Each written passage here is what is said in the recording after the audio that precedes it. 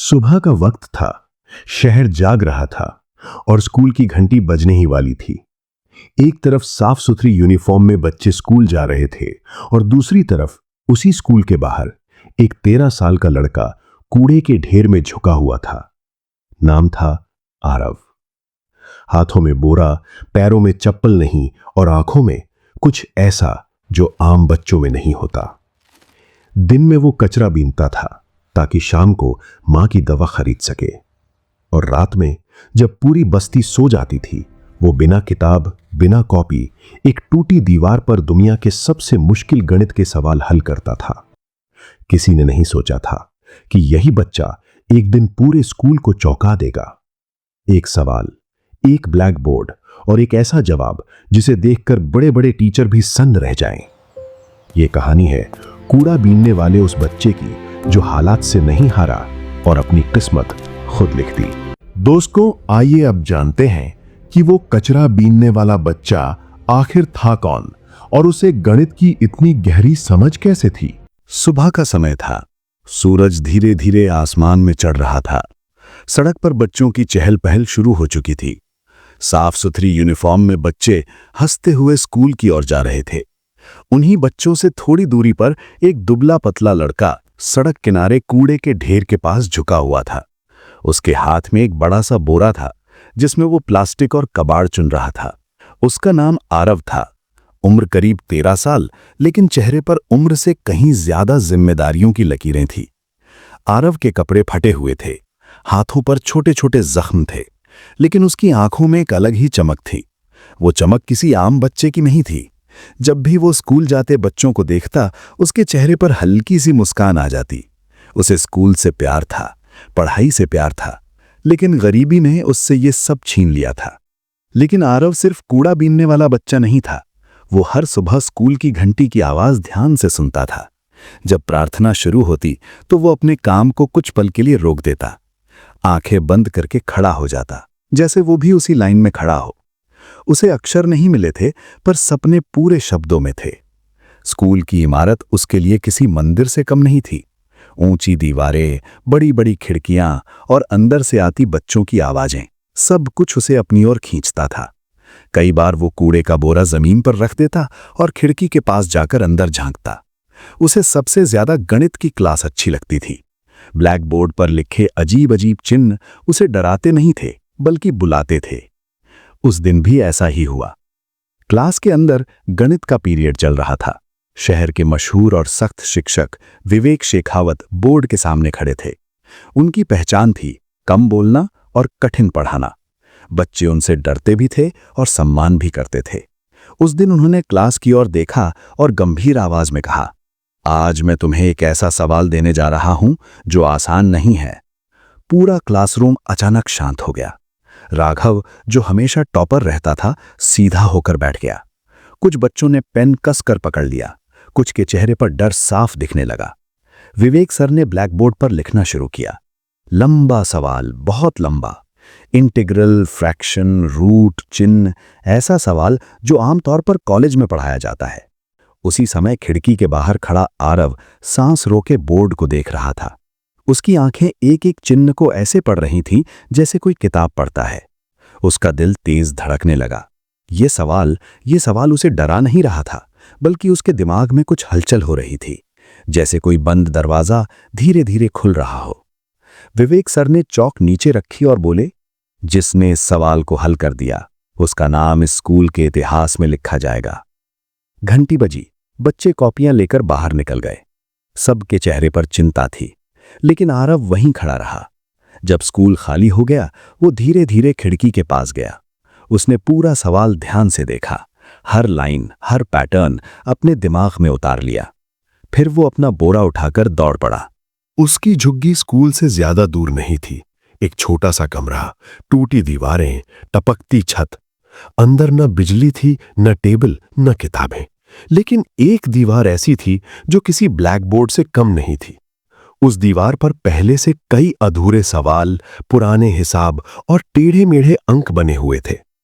आरव ने कोयले का टुकड़ा उठाया और सवाल दीवार पर लिख दिया। वो बैठा, फिर खड़ा हुआ, फिर दीवार के पास जाकर सोचने लगा। कई बार गलत रास्ते पर गया, कई बार खुद पर गुस्सा आया। पेट में भूख थी, आंखों में नींद, लेकिन दिमाग रुकने को तैयार नहीं था। घंटे बीतते गए। अचानक उसकी आंखों में चमक आ गई। यही है, उसने खुद से कहा। उसने आखिरी स्टेप पूरा किया और दीवार से पीछे हटकर देखा। सवाल हल हो चुका था, पूरी तरह सही। अगली सुबह सूरज निकलने से पहले ही आरव स्कूल पहुंच गया। गेट बंद था, लेकिन वो पीछे से अंदर घुस गया। क्लासरूम खाली था।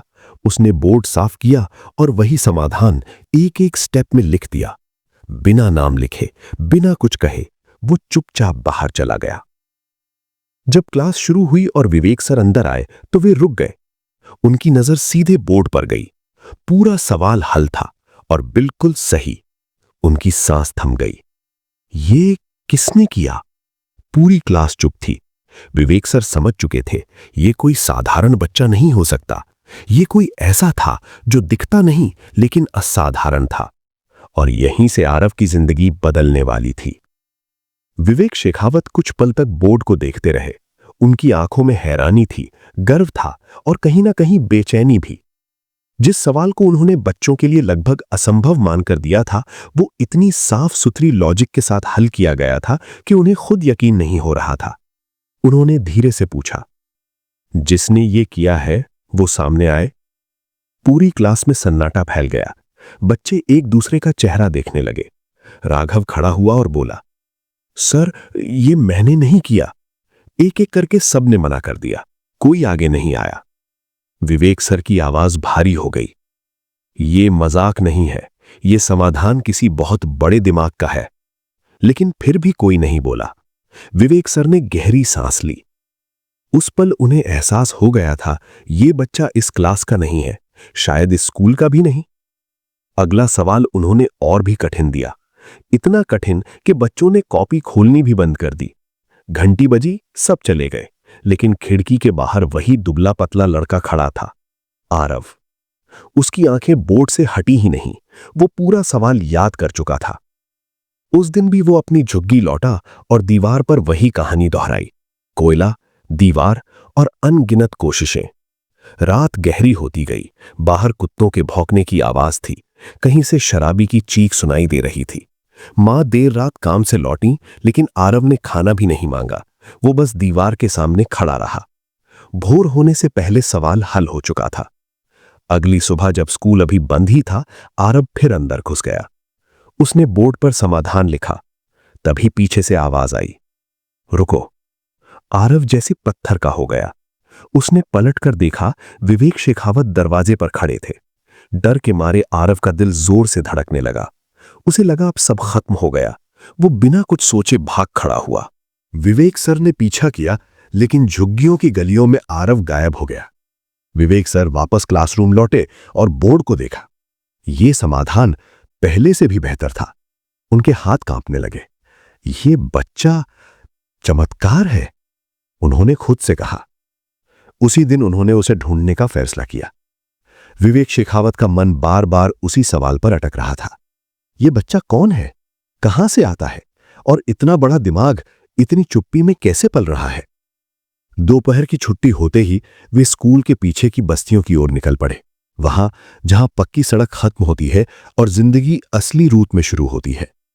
टूटी झुग्गियां, कचरे के ढेर, बदबू और छोटे छोटे बच्चे जो उम्र से पहले बड़े हो चुके थे। उन्होंने कुछ बच्चों से पूछा। एक दुबला सा लड़का अक्सर स्कूल के पास रहता है, गणित जानता है। बच्चे एक दूसरे को देखने लगे। फिर एक ने धीमे से कहा, सर, आप आरव की बात कर रहे हो? विवेक सर का दिल जोर से धड़का। हां, वही। बच्चा बोला, वो रोज सुबह कचरा बीनता है सर, दिन भर। उसकी मां बहुत बीमार रहती है।